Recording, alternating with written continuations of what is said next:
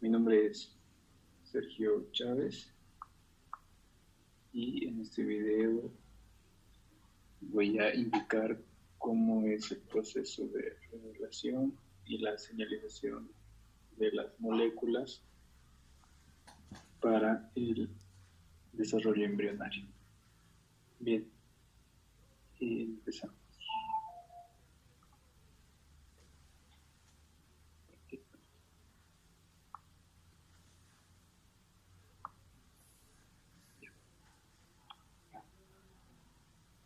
Como bien sabemos, el genoma es el que controla casi todos los aspectos de la formación, de la codificación de proteínas y muchos otros elementos de nuestro cuerpo.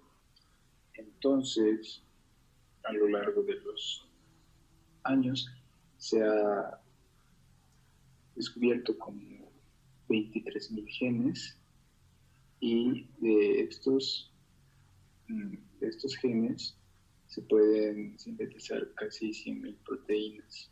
Entonces, quiere decir que de cada gen se puede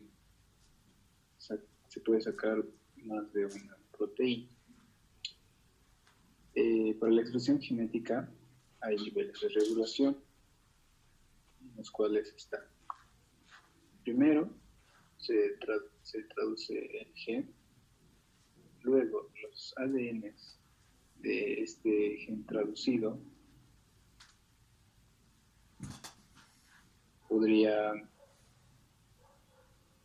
el ADN del gen traducido se va a seleccionar si es apto este ARN para convertirse en mensajero y así salir de este plasma. Luego de que este haya salido, se procede con la producción, lo que va a dar lugar a una nueva proteína y posterior a eso la proteína va a sufrir modificaciones post-traduccionales. No, acá está. Transcripción genética. Los genes están contenidos en un complejo de ADN y proteínas en el núcleo que se llama cromatina. La unidad estructural de la cromatina es el nucleosoma, que se compone de un octámero de proteínas histónicas envuelto por un ADN de 140 pares de bases. Hay dos tipos de cromatina, la heterocromatina y la automatina. La heterocromatina tiene la característica de que está bastante condensada, entonces no puede ser utilizada para la traducción de los genes. En cambio, la eucromatina es la activa y esta sí se utiliza para la traducción, para la codificación y demás actividades. Las partes típicas de un gen. Primero, el gen se compone de intrones y exones, los cuales van a transcribirse en proteínas. Los intrones, más que todo, se utilizan para unir a los exones y luego son removidos y desechados. Posterior a eso, tienen una región promotora que se va a unir a una ARN polimerasa. Esta ARN polimerasa va a tener un codón de inicio de la traducción y va a tener otro codón donde se termine la transcripción. En el medio de estos hay un sitio que no es traducido, se lo conoce como sitio de edición de la cadena de la cola polia, que sirve más que todo para la estabilización del ARN mensajero y para ayudar a este ARN mensajero a salir del mundo. La región promotora tiene una secuencia tata que se denomina caja tata. Esta región promotora se une. Esta caja tata es la que se une con la ARN polimerasa y de esa manera iniciar la traducción.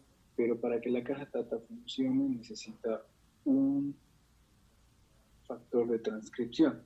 ¿Qué son estos factores de transcripción?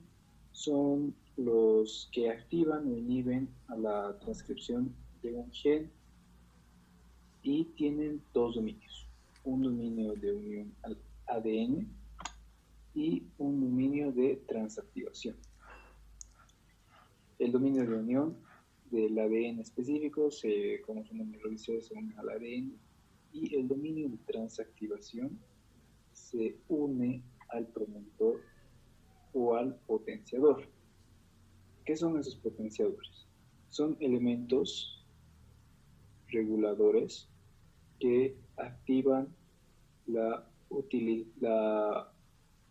utilización de los promotores para controlar la velocidad de la transcripción. A partir de estos se unen al factor de transcripción en su dominio de transactivación. Esta secuencia potenciadora también puede ser utilizada para regular el momento en el que un gen se expresa y su locación en la célula, su localización en la célula. Hay potenciadores independientes en un gen que pueden utilizarse para indicar la expresión en distintos tejidos. Por ejemplo, el PAX6 participa en el desarrollo del páncreas, del ojo y del tubo neural. Los potenciadores, así como controlan la eficiencia y velocidad de la transcripción del gen, también pueden actuar como silenciadores.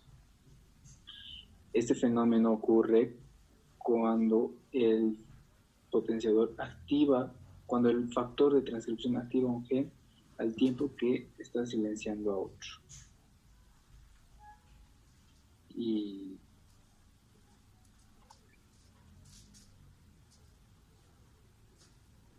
ahora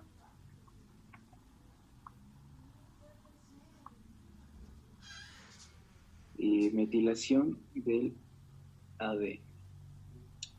La metilación del ADN consiste en agregar radicales metilo a las bases de citosina en el promotor de la secuencia del gen. Esto hace que la traducción del ADN sea imposible. Así, ciertos genes se podría decir, silenciados por este mecanismo. Por ejemplo, el cromosoma X en cada célula de la mujer que se inactiva. Luego también se puede utilizar para mantener la diferenciación celular, reprimiendo genes. Por ejemplo, en la célula muscular reprimen los genes para la proliferación, entonces así mantienen su grado de especialidad. También la metilación del ADN es responsable de la impronta genética, en que solo se exprese un gen heredado de la mamá o del papá y el otro se silencia. Otros reguladores de la expresión genética.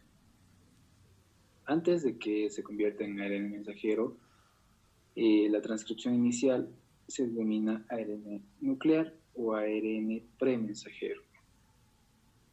Este es más largo porque contiene intrones, los cuales son eliminados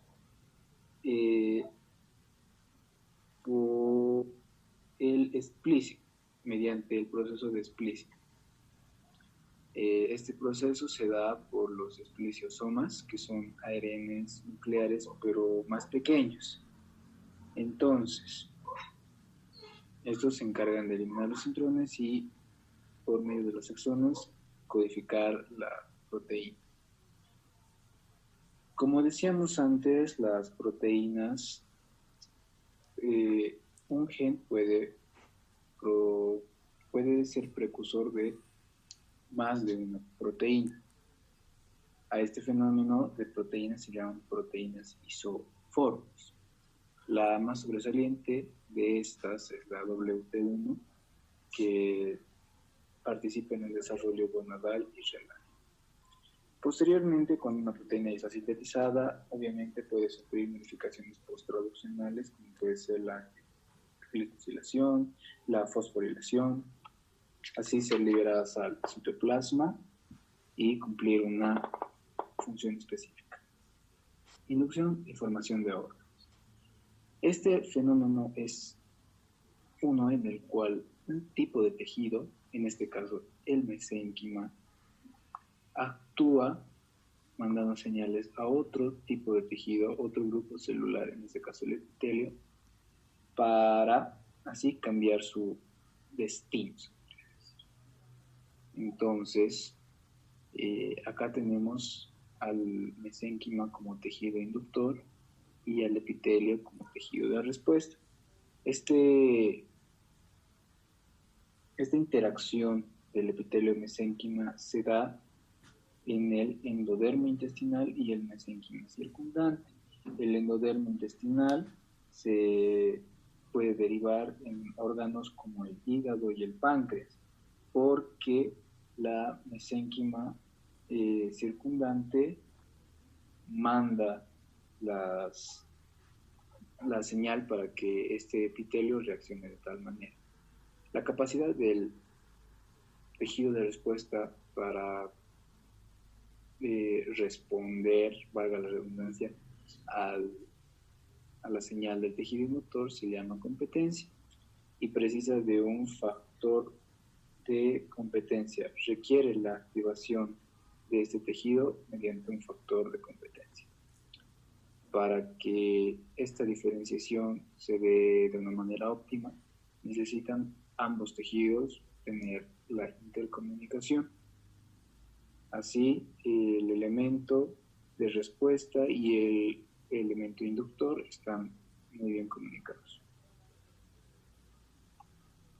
La señalización celular. En la señalización celular hay dos tipos de vías, la parácrina y la yuxtácrina. Bien, la parácrina, como bien sabemos, es una célula que produce una sustancia la cual va a afectar a células adyacentes, vecinas, que están en un área cercana.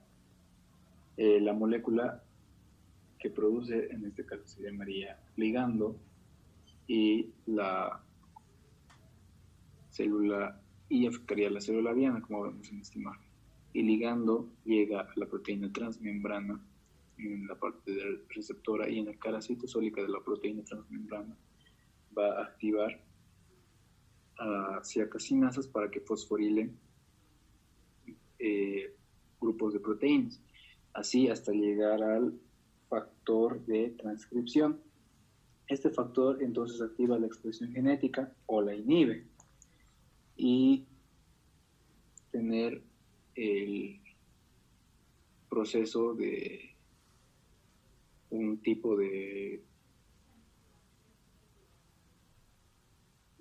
tipo familiar de las proteínas del factor de transcripción. Dependiendo del ligando, o sea, de la molécula señalizadora, se activará una familia de los factores de transcripción. Bien, para la señalización parácrina tenemos los distintos factores, como pueden ser el factor de crecimiento de los fibroblastos, que estos se reúnen en 24 genes. Estas proteínas activan una serie de receptores de sinasas de tirosina que se denominan receptores de factores de crecimiento de fibroblastos. Estos, cuando se activan, participan en el desarrollo de la angiogénesis, crecimiento de los axones y la diferenciación del mesosoma. Otro tipo de factor parácrino son las proteínas HEP-JHOC. Estas son 3 genes: el DESER, el Indian y el SONIC. Este SONIC lo vamos a hablar más adelante, es muy importante, es una vía clave para la señalización del desarrollo. Por último, tenemos a las proteínas WNT, también son muy importantes, las vamos a hablar más adelante. Tienen 15 genes distintos. La familia de receptores de estos WNT se llaman Frislet. La familia de receptores son los Frislet. Estos tienen bastante importancia en la polaridad celular planar, que la veremos a continuación. Bueno, estas proteínas son las encargadas del desarrollo de las extremidades, de las somitas, del cerebro medio y de los urogenitales. Por último, en los factores parácrinos tenemos a la superfamilia del factor de crecimiento transformante beta, que son más de 30 genes, de los cuales estos dos son los más sobresalientes. El mismo factor de crecimiento transformante beta, que se encarga del desarrollo de la matriz extracelular, multiplicación epitelial, pulmones, glándulas salivales. Y el PMP, proteínas morfogenéticas óseas, se encargan del desarrollo del hueso, regulación de la división celular, apoptosis y división celular. Existen otras moléculas parácrinas, como pueden ser la serotonina, el ácido gamma-aminobutírico, la adrenalina y la noradrenalina, que son neurotransmisores, pero también funcionan como ligandos. Estos, en especial la serotonina, tiene bastante actividad, como puede ser la proliferación y la migración celular, para la gastrulación, desarrollo cardíaco y otros procesos de diferenciación. En cambio, la noradrenalina actúa por medio de receptores igualmente y parece que participa en la apoptosis. Y así en muchos tipos de células. Bien, ahora tenemos a las señalización yuxtacrina. Esta se divide en 3 tipos de señalización. La primera, una proteína ubicada sobre una superficie celular interactúa con un receptor en una célula adyacente. Es un proceso muy parecido a la señalización parácrina, y la vía Notch constituye un ejemplo que también lo veremos más adelante. El segundo tipo de señalización yuxtacrina es los ligandos dispersos en la matriz interactúan con los receptores de las células vecinas. Esto quiere decir que hay ligandos en la matriz extracelular. La matriz está compuesta por colágeno, proteoglicanos, ácido hialurónico y otros componentes. Por ejemplo, en la lámina basal existe laminina y colágeno tipo 4, que son responsables del anclaje de las células epiteliales. Por tanto, las moléculas de fibronectina son andamios para la migración celular. Los receptores que unen a las moléculas extracelulares, como a la fibronectina y a la laminina, son las integrinas. Estas integran a las moléculas con la maquinaria del citoesqueleto. Entonces le da una capacidad de migrar siguiendo el andamiaje de la matriz mediante las proteínas. Como tercer tipo tenemos a la transmisión directa mediante las uniones comunicantes.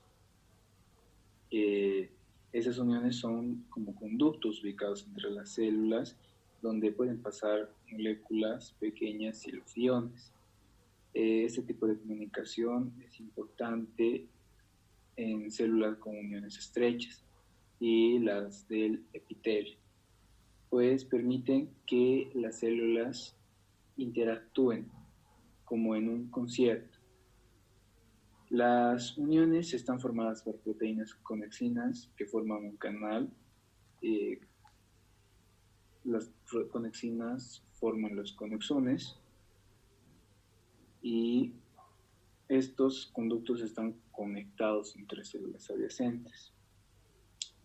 También hay una gran redundancia en transducciones y en el proceso de estas.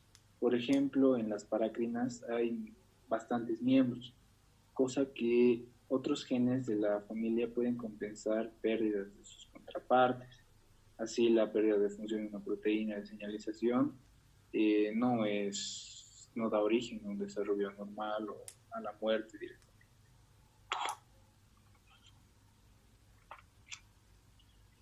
Vías de señalización clave. Aquí va lo que hablamos de las proteínas Hedgehog, Sonic, que es la más importante. Según muchos es el gen maestro para la embriogénesis, su abreviación es SHH. Este gen actúa de la siguiente manera. Una proteína Sonic se une con su receptor PATCHET. Este receptor normalmente se encarga de inhibir a esta otra proteína transmembrana que se llama SMOGENET, y cuando la Sonic se une al PATCHET, esta inhibe la actividad inhibidora hacia la SMUT. Entonces, esta proteína tiene la función de controlar la expresión, controlar a los factores de transcripción de la familia GLI. Estos controlan la expresión de los genes determinados para esta proteína. Entonces, se dice que esta proteína es muy importante porque participa en el desarrollo de la vasculatura, del cerebelo, patrones neurales, músculo liso, corazones, intestino, incluso faringe, pulmones, páncreas, riñones, dientes, ojos, oídos, papilas gustativas. Entonces es muy amplia la gama de actividad que tiene esta proteína. Para que la proteína SHH se una a este subreceptor, tiene que tener colesterol, entonces se le agrega el colesterol a la C-terminal y esto le permite enlazarse con la membrana plasmática. Para que la proteína Sonic se separe de la PATCHET, necesita otra proteína transmembrana que se llama dispatchet. En este punto, cuando toda la dispatchet, se separan la Sonic y su receptor. Ahora vamos a hablar de lo que mencionaba anteriormente, de las proteínas WNT, de la sección de los factores parácrina con sus receptores Frizzlet. Entonces, la polaridad celular planar. ¿Qué quiere decir esto? La vía de polaridad celular planar es el que regula el proceso de extensión convergente por el cual un tejido se elonga y se estrecha. Por ejemplo, cuando se forma el tubo neural, la placa neural se estrecha y elonga para dar origen al surco entre las crestas. De manera similar, durante la gastrulación de las células se desplazan en sentido medial y el eje embrionario se elonga. Otros tipos pueden ser la salida, la elongación del tracto de salida cardíaco y el desplazamiento de los pliegues laterales de la pared corporal a la línea media. La polaridad celular planar hace referencia a la reorganización de las células y las láminas en un plano de tejido, como ocurre durante la extensión convergente. La principal vía de señalización para la polaridad celular planar es la WNT no canónica, que incluye a los receptores Frislet y otras dos proteínas transmembranas, que son la BANGL y la CELSR. Entonces, estas proteínas tienen la activación de la dis-dishevelled y por medio de efectores distales regula la señalización de las sinasas para generar una regulación positiva y hace en otro tipo de sinasas, entonces controlar los cambios del citoesqueleto. Hay bastantes mutaciones respecto a este proceso, como pueden ser defectos en el cierre del tubo neural en los ratones, y en tanto a las mutaciones de los genes se han vinculado efectos humanos a este tipo. La vía de Notch. Notch hace referencia a los receptores transmembrana Notch, que se unen a ligandos de la familia DSL. Estos requieren contacto directo entre células, es un tipo de señalización yuxtacrina y permite la transmisión de señales. En el mamífero hay 4 miembros de la familia Notch y 5 ligandos. Entonces, la unión de estas proteínas al receptor Notch hace un cambio de la conformación de la proteína, de tal modo que en el lado citoplasmático de la membrana se cin. La vía es bastante directa, no participan segundos mensajeros. Entonces, la porción de la proteína que ingresa de manera directa al núcleo se enlaza con una proteína de unión al ADN que reprime la transcripción de los genes blancos de Notch. Entonces, permite la activación de otros genes digitales. Esto está implicado en la proliferación celular, apoptosis, transición epitelio-mesénquima, diferenciación neuronal, angiogénesis, desarrollo de somía. Bien, eso sería todo el tema.